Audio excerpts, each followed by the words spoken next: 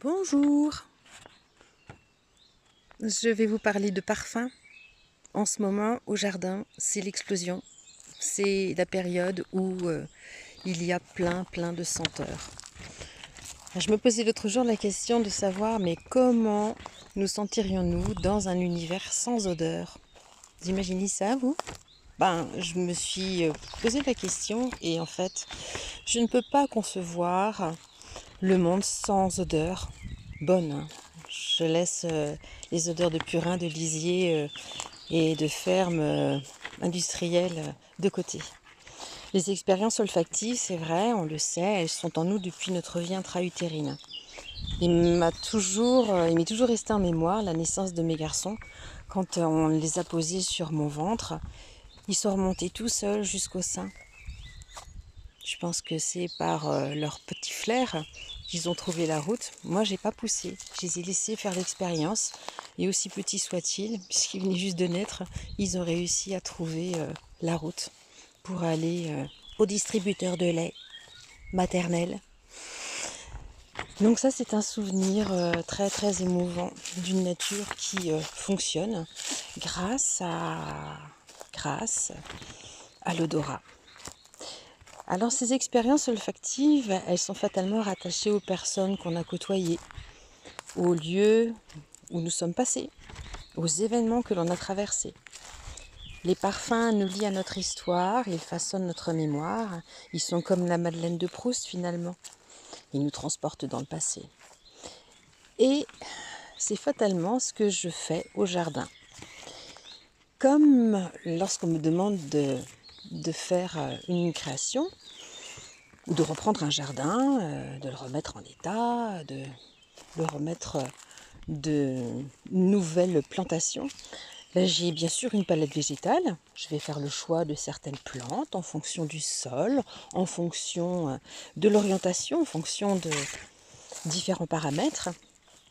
Puis je vais étudier évidemment aussi la palette chromatique pour voir un petit peu quelles associations heureuses je vais pouvoir faire, je vais pouvoir mettre en place. Mais il y a surtout la palette des parfums. Et ça, ici, c'est quelque chose que j'ai étudié. Donc en fait, j'ai installé des plantes à parfum pour que mon nez soit sollicité, pour que je me sente bien vivante tout au long de l'année. Ça va partir en hiver. Il y a peu de plantes, mais il y en a quelques-unes qui sentent très bon. Et puis qui vont permettre aux butineurs également de se restaurer, de manger. Et donc, pour chaque saison, comme je vous le disais, les sens sont stimulés au maximum.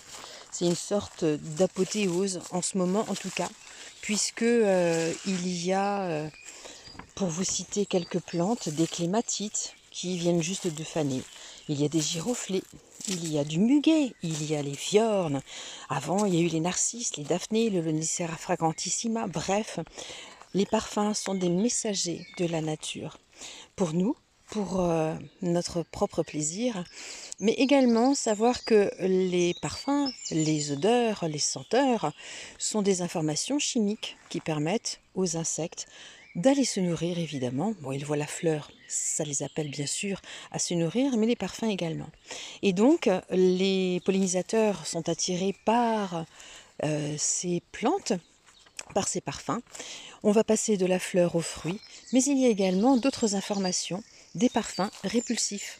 Notamment, par exemple, vous avez tous entendu parler peut-être, si vous êtes débutant ou bien pas du tout jardinier, que le petit œillet d'Inde ou la tagette, en fait, va donner des informations répulsives.